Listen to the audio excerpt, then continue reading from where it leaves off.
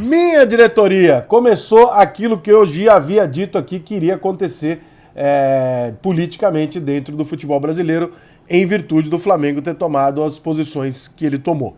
Então, recapitulando, para quem não está com a venda nos olhos, gritando loucamente o seu clube de coração, disse aqui que eu era a favor do público, que eu era a favor daquilo que o Flamengo estava brigando, mas que eu não era a favor, em hipótese alguma, que a decisão coletiva fosse desrespeitada, porque a nossa possibilidade de melhora de calendário, criação de liga, etc., passa exatamente por essa democracia, né, dentro do futebol brasileiro, e qualquer tipo de posição contrária a uma decisão democrática fica um pouco...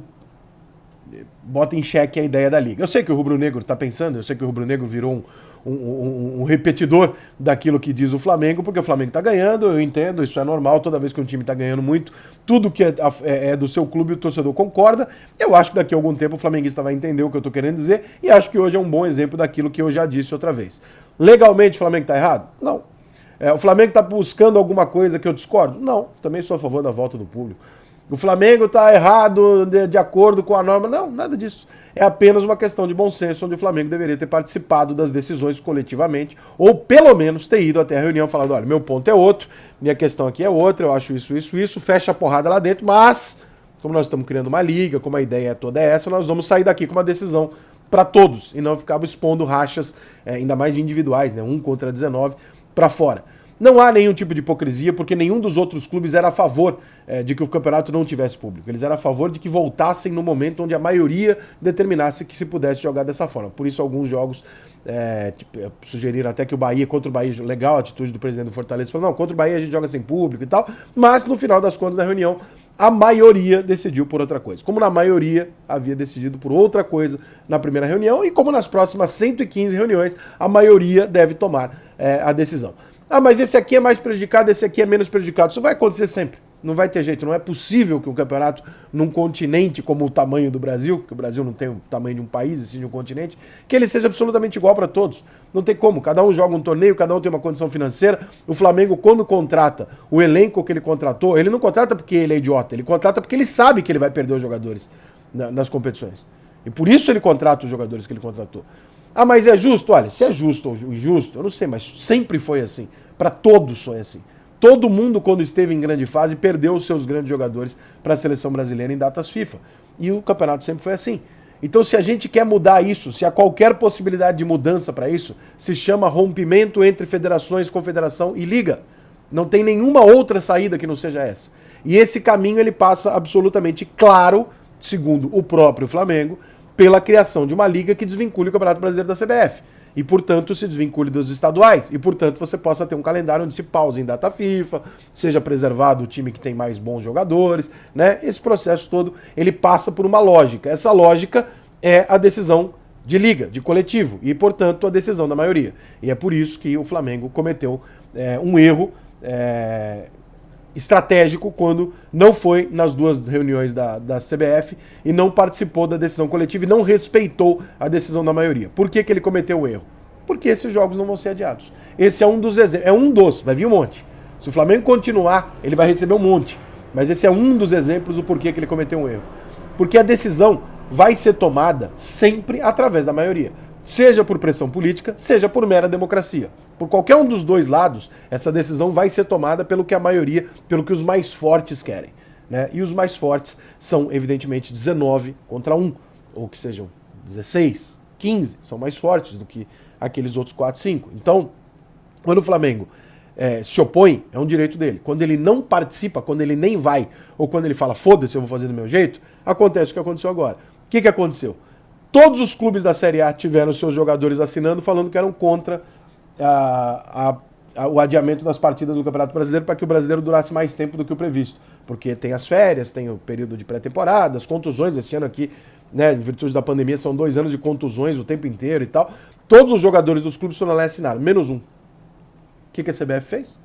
O óbvio, o que qualquer um de vocês faria. O que qualquer um, até da diretoria do Flamengo, se fosse o presidente da CBF, faria. Bom, eu tenho 19 clubes me pedindo uma coisa, um clube que sequer apareceu aqui para conversar. eu vou tomar a decisão do que os 19 estão me pedindo. Me perdoa, Flamengo. Um grande abraço. Desculpa aí, cara. Se você estivesse aqui, talvez a gente conversasse. Você nem veio, você faz as coisas do seu jeito e foda-se, então tá bom. Então eu vou tomar a decisão de acordo com quem tá aqui comigo conversando. Isso é político. Isso é uma decisão não só política, como democrática. Você escolhe. Né? E essa é a primeira resposta que os clubes estão dando ao Flamengo. Bom, quem vai ser o maior prejudicado com a paralisação aí, com os jogos do Campeonato Brasileiro em virtude das convocações? Flamengo, é o melhor time, é o time que tem mais jogadores convocados. Ah, é? Então tá bom, Flamengo, então foda-se. Ué, você não faz parte do nosso grupo, então foda-se. E isso vai se repetir até que o Flamengo entenda que a melhor maneira de se dosar isso, de se organizar o futebol brasileiro, mesmo que as suas ideias sejam as mais corretas, seja conversar com igualdade com os outros clubes.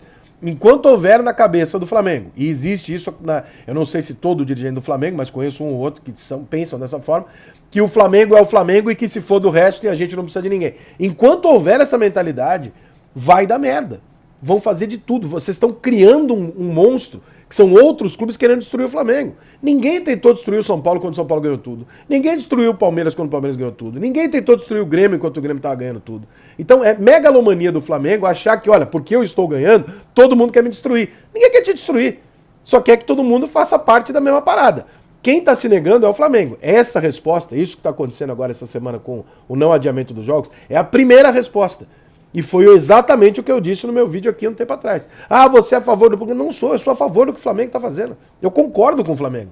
Só que, ao não participar e tomar essas decisões, isso vai acarretar em alguma consequência. E a consequência é essa. Se amanhã ou depois tiver uma outra votação sugerindo alguma coisa que o Flamengo queira e os outros mais ou menos, vão votar contra o Flamengo. E vão votar o tempo inteiro contra o Flamengo. Até que o Flamengo sente e participe. E fala, não, ok, eu não sou maior que o Grêmio, que o Galo, que o São Paulo, que o Inter, eu preciso sentar na mesa com eles e ter uma discussão. Enquanto o Flamengo tiver essa postura, ele está cavando o próprio buraco. Ele está cavando um buraco onde, por exemplo, o meu São Paulo, como eu já disse, até hoje tenta sair.